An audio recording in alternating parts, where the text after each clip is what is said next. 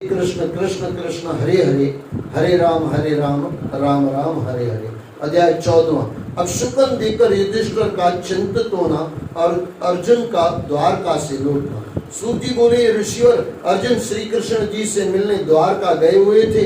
कई महीने बीत जाने के उपरांत भी वे द्वारका से लौटकर नहीं आए थे और न उनका कोई समाचार ही आया था। इधर धर्मराज युधिष्ठिर को बड़े भयानक अपशकुन दिखने लगे थे। उन्होंने देखा कि काल की गति बड़ी विकट हो गई है, ऋतुओं का समय उलट हो गया है, लोग जीवन निर्वाह के लिए पाप पूर्ण व्यवहार करने लगे हैं। कली काल के आ जाने से लोगों के स्वभाव में लोभ, दंड और बेईमानी आने लगी है। ऐसा देखकर युधिष्ठिर ने अपने भाई भीम को बुलाकर कहा, भीम, अर्जुन द्वारका इसलिए गया था कि वह हमारे परम हितैषी श्री कृष्ण और उनके परिजन का समाचार लेकर आए, परंतु उसे गए 7 माह हो चुके हैं। उनकी कोई खैर खबर अभी तक हमें नहीं मिली है। मेरा मन बड़ा उद्विग्न हो रहा है। नित्य नए अपशकुनों से तरह तरह की आशंकाएं मुझे घेरने लगी है। देवर्षि नारद ने कहा था कि बहुत ही खराब समय आने वाला है, कहीं वह समय तो नहीं आ पहुंचा।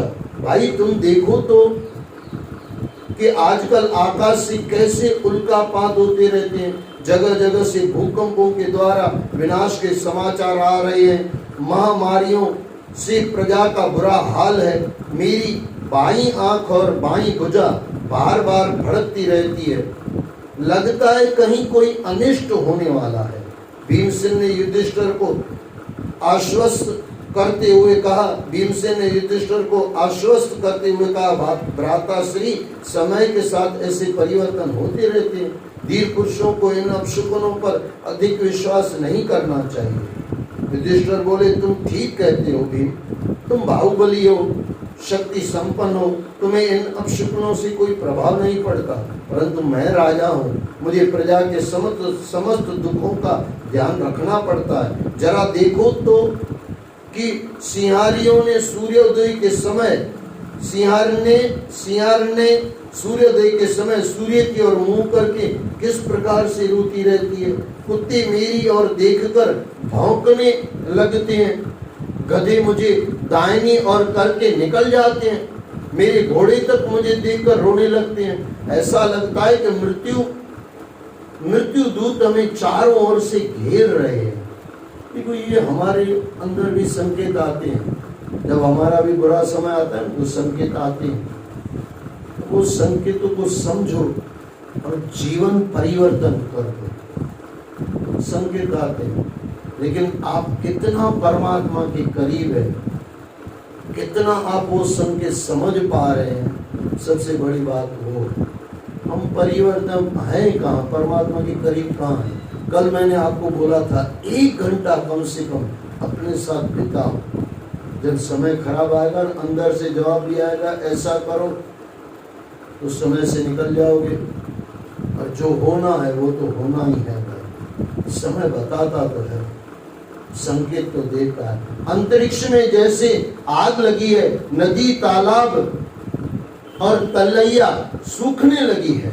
बछड़े गायों का दूध नहीं पीते और गायों ने दूध देना बंद कर दिया है। चारों ओर अकाल की छाया मंडराने लगी है।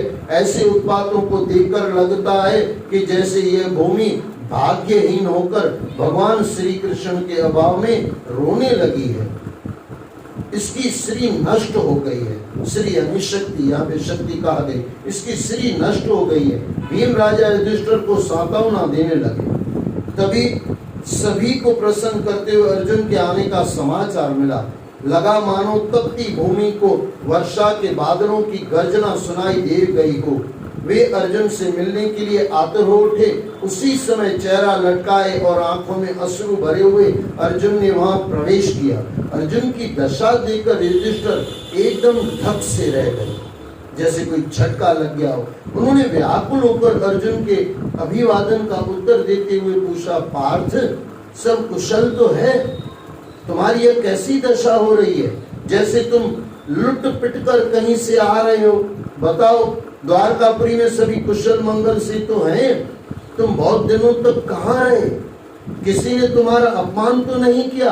हे अर्जुन, तुम्हारी आंखों में ये अश्रु क्यों हैं?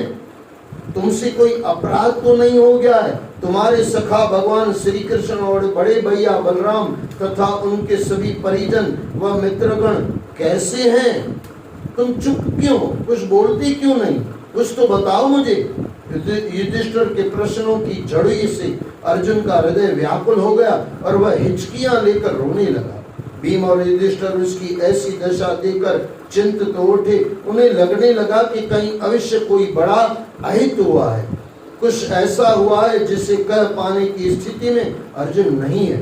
वे दोनों उसे धैर्य बंधाने लगे और पहले उसके स्वस्थ हो जाने की बात जोड़ने लगे। हम भी किसी को पूछते हैं ना, उसको शांत तो होती नहीं है, इससे पहले हम सवाल चालू कर लेते हैं। लेकिन फिर युधिष्ठिर महाराज शांत हो गए। उसको लगा पहले ये भी शांत हो जाए तो कुछ बोलेगा। अर्जुन जैसे टूट गया था, प्रतीत हो रहा था मानो उसका सर्वस्व लूट गया हो। उसके चेहरे से हताशा साफ झलक रही थी। वह चाहकर भी स्वयं को संभाल नहीं पा रहा था। अध्याय 15। श्री कृष्ण के अवसान का दुखद समाचार और पांडवों का परीक्षित को राजगद्दी सौंपकर स्वर्गारोहण। सूत जी ने कहा, भगवान श्री कृष्ण के प्यारे सखा अर्जुन श्री कृष्ण के विरह से अत्यंत दुखी थे। भ्राता श्री युधिष्ठिर के प्रश्नों ने अर्जुन को और भी अधिक दुखी कर दिया। कोई गुजर गया हो और उसके लिए ही कोई आपको पूछे, फिर आंसू रुकते थोड़ी है, हकीकत यही है। इत्यादि शोक के कारण अर्जुन का चेहरा मलिन हो रहा था।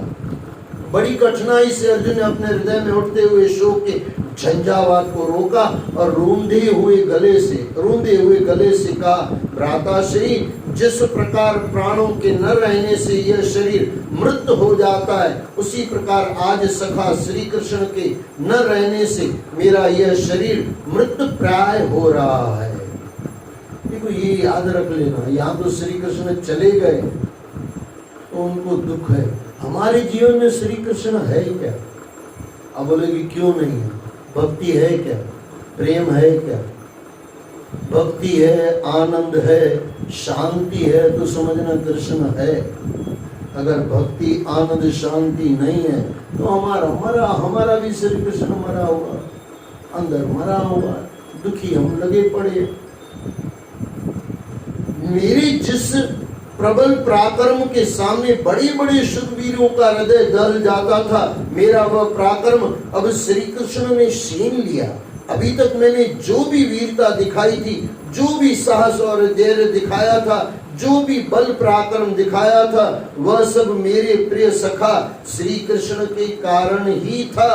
द्रौपदी स्वयंवर, स्वर्ग विजय, खांडव वनदाह, पितामह भीष्म की पराजय, दुर्योधन के षड्यंत्रों का प्रतिकार, पाशुपत अस्त्र प्राप्त करना, महाभारत युद्ध में शूरवीरों से टक्कर, जयद्रथ वध, अश्वत्थामा के ब्रह्मास्त्र की काट आदि जितने भी पराक्रम मेरे द्वारा किए गए थे, उनमें मैं कहाँ था? ये यहाँ पे थोड़ा हम भी सोचें, जो भी हमने किया है कि कृष्ण ने करवाया है? सच पूछो तो भगवान कृष्ण ने करवाया है। ये अर्जुन को लग रहा है सभी के पीछे प्रिय कृष्ण की महान शक्ति का ही जय घोष था। उस श्री कृष्ण के द्वारा आज मैं ठगा गया हूँ। भ्राताश्री, युद्ध भूमि में गुरु द्रोण, शल्य, कर्ण, भूरिश्रवा, सुशर्मा और बालहीक आदि वीरों ने असंख्य बाण मुझ पर चलाए, परंतु उन्होंने श्री कृष्ण द्वारा बनाए गए रक्षा कवच के कारण मुझे स्पर्श तक नहीं किया।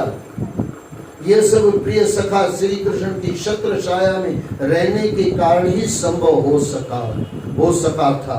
अगर इतना समझ लो ना, श्री कृष्ण हमारे जीवन में प्रकट हो जाए ना, भक्ति प्रकट हो जाए ना, तो सब दुख चले जाते हैं। और दुख आते हैं, दुख लगते नहीं। इतना बढ़िया हो जाए। भ्राता श्री श्रेष्ठ पुरुष संसार से मुक्ति पाने के लिए जिन कर चरण कमलों का सहारा लेते हैं, उन्हें मुझ पापी ने अपने स्वार्थ के लिए अपना सारथी बना लिया। ओह, जिस समय मेरे अश्व थक जाते थे और मैं रथ से उतरकर नीचे खड़ा हो जाता था, उस समय बड़े बड़े महारथी शत्रु भी मुझ पर प्रहार करने का साहस नहीं जुटा पाते थे, क्योंकि श्री कृष्ण के प्रभाव से उनकी बुद्धि कुंद हो जाती थी। सोते जागते, उठते बैठते, खाते पीते, खेलते कूदते, जब कभी मैं अपनी अल्प बुद्धि के कारण उन्हें अपना मित्र समझकर कुछ ऐसा वैसा कह बैठता था, तो जैसे पिता अपने पुत्र का अपराध सह लेता है और पुत्र को क्षमा कर देता है, उसी प्रकार वे भी मेरे सारे अपराधों को सह लेते थे और मुझे क्षमा कर देते थे।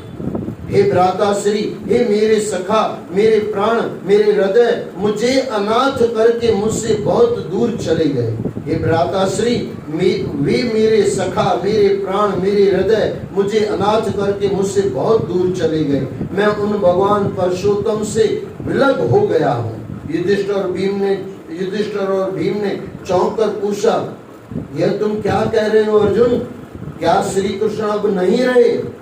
हाँ भ्राता श्री, अर्जुन ने रोते हुए कहा, वे वैकुंठवासी हो गए। यही नहीं, सारा यदुवंश आपस में लड़ लड़कर मर खप गया है। मैं जब भगवान की पत्नियों को द्वारका से अपने साथ ला रहा था, तो मार्ग में दुष्ट गोपों ने मुझ पर आक्रमण कर दिया और मुझे एक अबला नारी की भांति हरा दिया। मैं चाहकर भी उनकी रक्षा नहीं कर सका।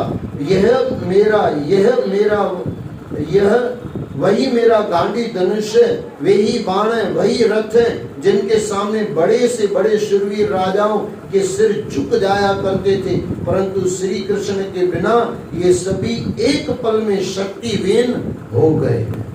हमारे भी जीवन में कृष्ण नहीं होता है ना, तो कितने भी महल बना लो, मजा थोड़ी आता है। और कृष्ण साथ में हो ना, तो झोपड़ी में भी आनंद आता है। सुदामा को झोपड़ी में भी आनंद है, क्योंकि कृष्ण साथ है। आपने अपने जिन हृदय द्वारकावासी संबंधियों के बारे में मुझसे पूछा है, वे ब्राह्मणों के शापवश मोहग्रस्त हो गए थे और वारुणी मदिरा पान से